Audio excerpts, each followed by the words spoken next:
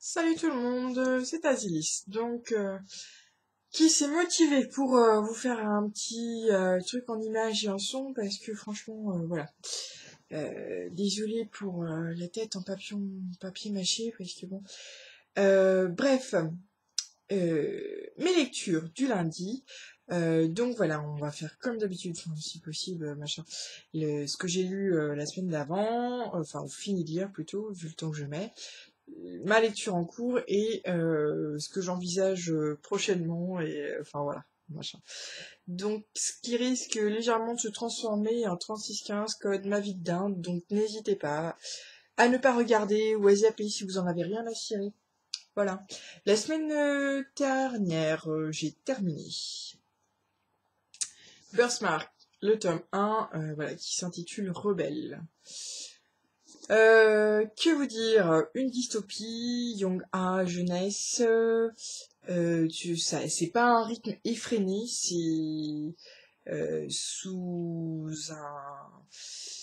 des mystères qui se révèlent les uns après les autres, mais voilà, qui sont assez bien tournés, assez bien trouvés.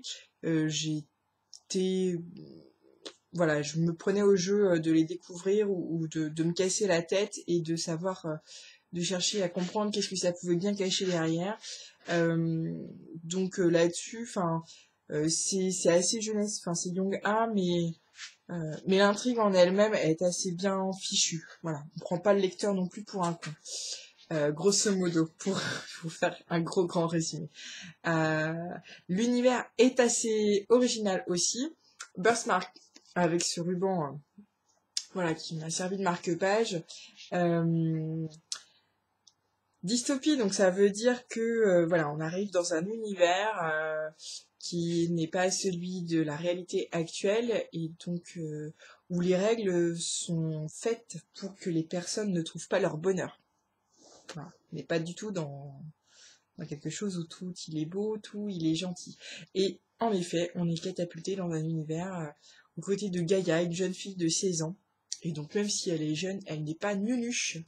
Elle est certes naïve, mais assez rapidement, par rapport à d'autres héroïnes de ce type d'univers, j'ai trouvé qu'assez rapidement, elle remettait en cause en fait les règles du monde dans lequel elle était et le rôle qu'elle y jouait. Et enfin voilà, c'était assez agréable pour avoir lu des héroïnes qui jusqu'au bout veulent à tout prix. Enfin voilà, si vous avez lu Delirium, si vous avez lu Uglies, vous savez de quoi je veux parler. Donc là, on a une héroïne qui est un peu différente. Par contre, ne faites pas du tout comme moi. Ici, il s'agit d'une intrigue autour du jeunisme, du choix génétique, de l'enclave, une cité qui abrite les gens les plus aisés, les plus voilà, les plus intelligents, enfin les plus beaux, tout ça. Euh, et puis autour, il y a une forme de campagne. Euh, Où voilà, il réside des paysans déjà un peu moins souhaitables. Et les gens voilà, qui habitent autour de l'enclave font don, entre guillemets. Ils ont l'obligation de donner les 3 premiers bébés nés de chaque mois.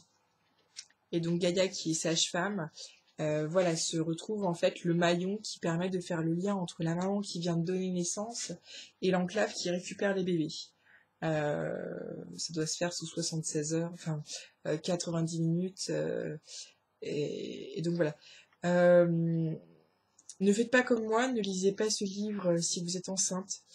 Euh, je pense que, enfin voilà, en ce qui me concerne, c'est le début de ma grossesse, donc mais je crois que les rêves de capture, de kidnapping de bébés par les sages-femmes peuvent se faire très très rapidement si vous êtes à un état un peu plus avancé.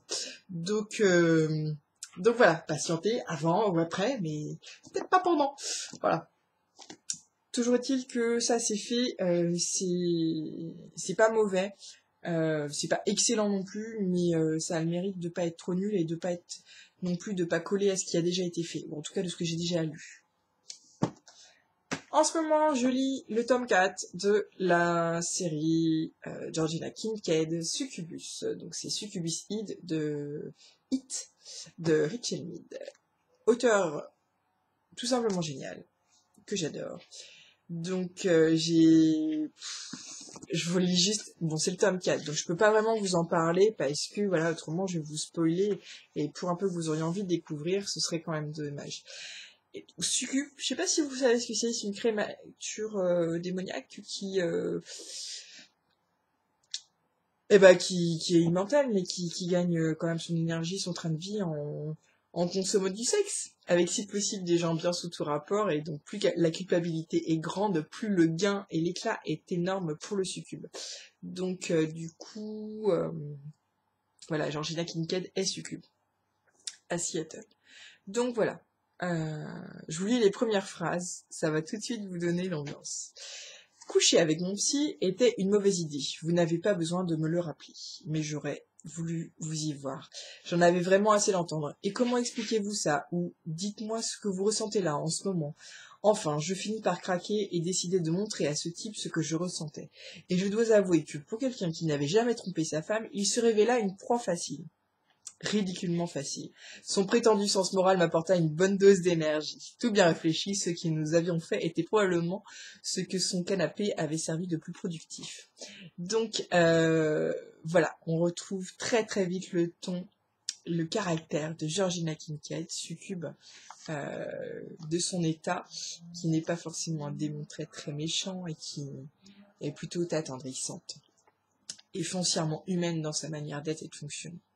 Donc voilà, je sais pas si vous connaissez beaucoup de séries où le passe-temps des démons, des archidémons même, dans les démons supérieurs, c'est de modifier les données dans Wikipédia et d'observer le temps de réaction. Si vous connaissez beaucoup de vampires qui se mettent très fort en colère, enfin de la même colère, aussi bien pour quelqu'un qui empiète sur leur territoire que lorsqu'ils découvrent que le fabricant de la peinture de leur cuisine ne fait plus la teinte de leur cuisine. Enfin voilà, c'est des personnages qui sont assez atypiques, hauts en couleur, et donc toute la tribu de Georgina Kincaid est réunie. Je retrouve des petits défauts que j'avais déjà vus, des choses sur lesquelles je trouve qu'assez vite les personnages identifient ce qui va pas très bien, mais vont pas chercher beaucoup plus loin et mettent un peu de temps à oh là là, mais il est méchant, mais pourquoi? Enfin, grosso modo, ça fait un peu ça. Et donc, donc voilà. Mais les persos sont tellement bons, l'écriture est tellement agréable, les dialogues sont là, que finalement, enfin voilà, ça passe tout seul. Et ma prochaine lecture, si j'ai le temps, enfin j'espère que j'arriverai à retrouver un rythme décent et puis que je commencerai. Il s'agit du tome 5 de la saga de Mercy Thompson, de Patricia Bridge, le grimoire d'argent. Merci, que j'avais adoré dans un tome 4, complètement inidée dans la formule.